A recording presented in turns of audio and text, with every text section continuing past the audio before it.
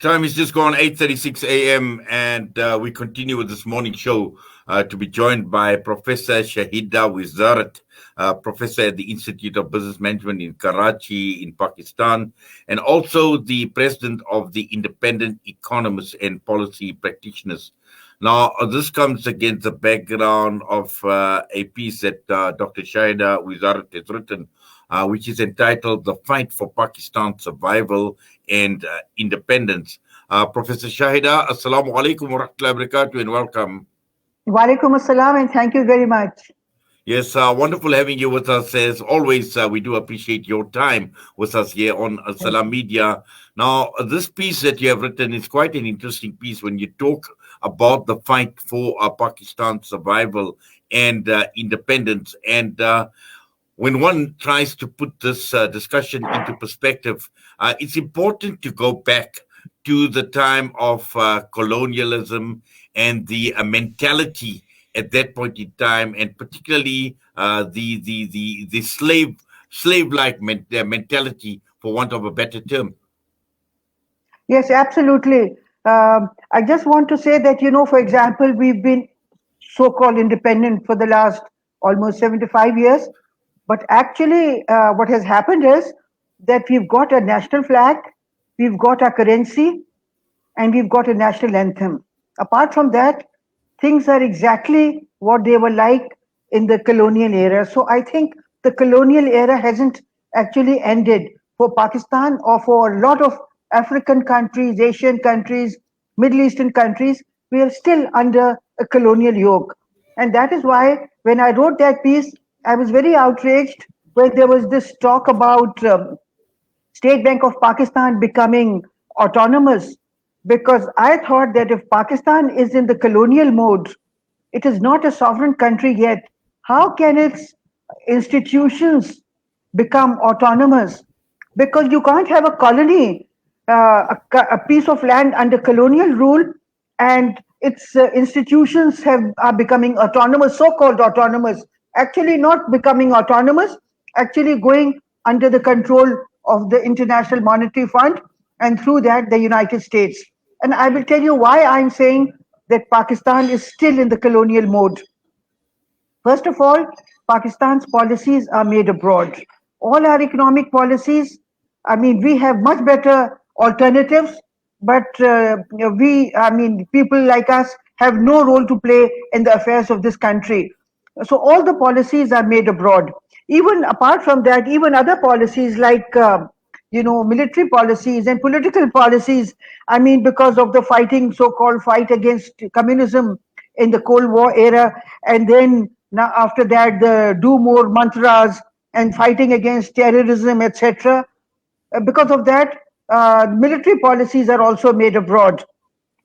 And if you look at the present situation at present times, Pakistan and a lot of Pakistanis, we want to be part of the region. We want to be close to our neighbors. We want to develop greater interaction with China, because China is the only country that has successfully given us development and through CPEC. And we want to increase our relationship with with Russia, and also with Iran and Turkey and Malaysia, Indonesia, and other regional countries. But somebody else decides for us. So we are not free yet to decide what sort of policies we want for ourselves. And then on top of that, people who implement these policies, they are also imported from abroad. For example, if you look at the constitution of the present government, almost all the important ministries are occupied by UK and US nationals. And here I would just like to state that people, we think more in terms of the USA dominating the world, but it is UK equally. It has not given up its, that those empire ambitions. So, and then all important public officials are appointed by US and UK. All the important, Prime Minister and all the ministers and Chief of Army Staff and other important positions, the appointments are made in a subtle way, of course, not openly, but in a subtle way. And then I feel that there's a lot of role of US and UK intelligence agencies in Pakistan's affairs. And our infrastructure, our highways, so that tells you about the policies and their implementation, that they are totally outside our control. So how can you call us a country? And then if you look at the kind of payments that are going out of the country to US and UK.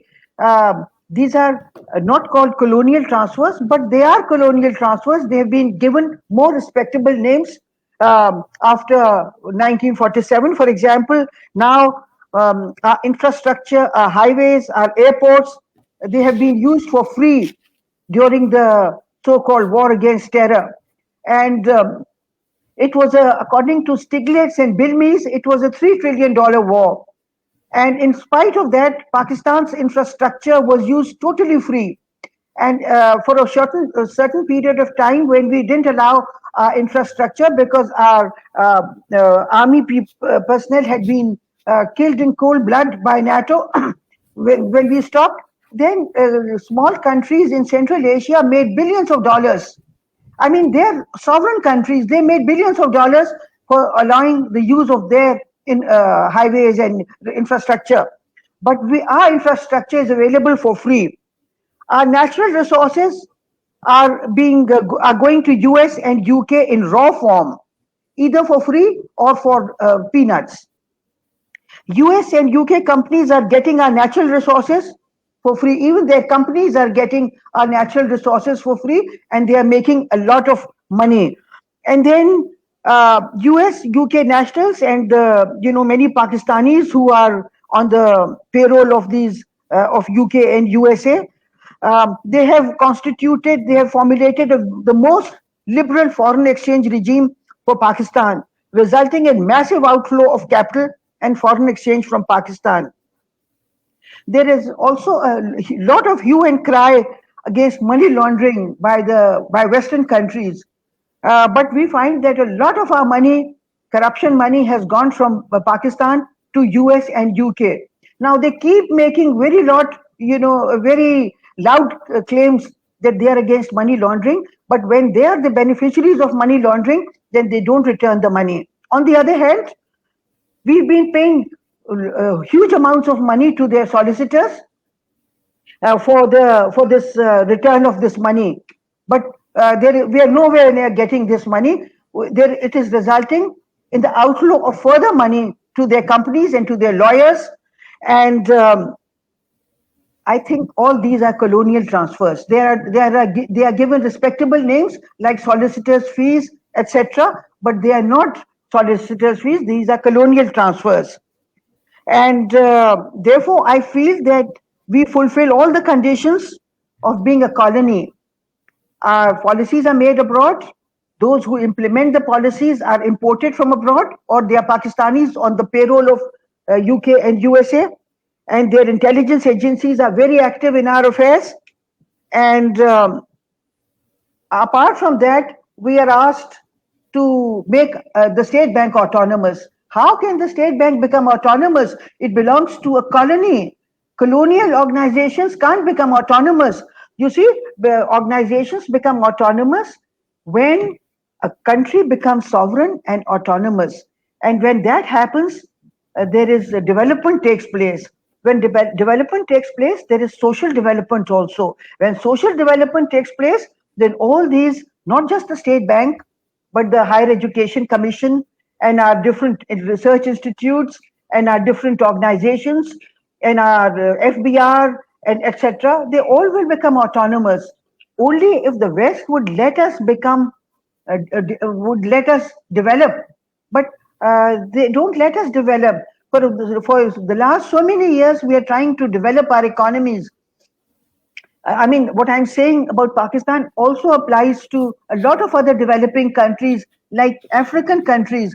I was very hurt to know and very angry to know that 14 African countries are still paying colonial transfers to France, because France is still collecting that money and saying that they had done some benefits for these African countries. I mean, I don't know of any benefits. I've heard that the only thing that only one university was provided to these 14 countries and African countries, but France is still taking out colonial transfers, and similarly other developing countries. So it makes me very angry and very sad that our people in developing countries are so poor, they can hardly meet their expenses, but their resources are still going to these colonial powers, in spite of the fact that they say that they have given us so-called independence. Well, Dr. Shaida, there's so much that obviously that you've just said now, and there's a lot of food for thought for us in terms of what you said. And as you pointed out, Pakistan not only unique in this African country, it's a large part of the developing world. And the key issue here is we need to start changing our thinking. We need to start looking at changing our mindset in terms of how to break out of this colonial mindset. And I think once that is done, then possibly we could see progress and we can say that we are truly independent. But unfortunately, time obviously has run out, Dr. Shaida, and inshallah, we will pursue this topic a lot more in the coming weeks and possibly just think about how do we break out of this mindset. But for now, we thank you. We say Jazakallah to you for your time. Was us here on Salam Media. Assalamu alaikum wa rahmatullahi wa barakatuh. Thank you very much for inviting me. Thank you very much, and Jazakallah. Dr. Shaida Wizara joining us out of Pakistan. We come back this morning. We will be joined by Karam Singh, the head of legal and investigation at Corruption Watch.